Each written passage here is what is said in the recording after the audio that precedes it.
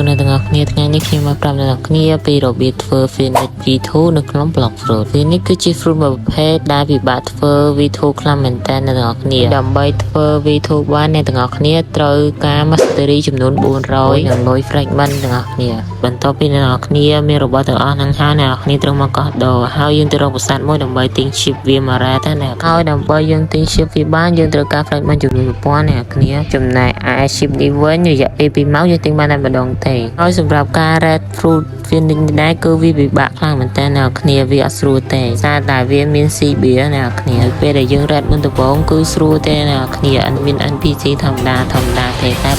នៅពេលដែលយើង red យូរទៅគឺមាន CB មករញ៉េញ៉ៃយើងរហូតអ្នកគ្នាបើកន្លែងនេះវិញយើងកំពុងតែវាយមេសុកCB ក៏បានដាក់មក skin មកប៉ាវពេញហ្នឹងទៅអ្នកគ្នាហើយខ្ញុំ red ហ្នឹងខ្ញុំ red តែឯងទេអ្នកគ្នាដោយសារតែខ្ញុំដាក់ skip hackកន្លែងនេះខ្ញុំក៏បានវាយមេ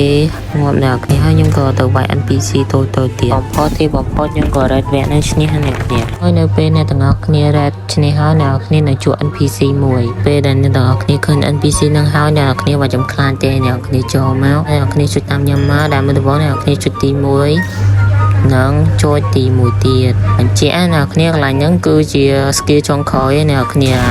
ខ្ញុំ red មុនខ្ញុំអត់បានថតទេអ្នកគ្នាចាំផាតធូចាខ្ញុំប្រាប់អ្នកគ្នាពី skill និងរបៀបប្រើប្រាស់ fruit Phoenix អ្នកគ្នាវីដេអូខ្ញុំទៅប៉ុណ្្នឹងទេអ្នកគ្នាកុំភ្លេចជួយ follow TikTok របស់ខ្ញុំមួយផង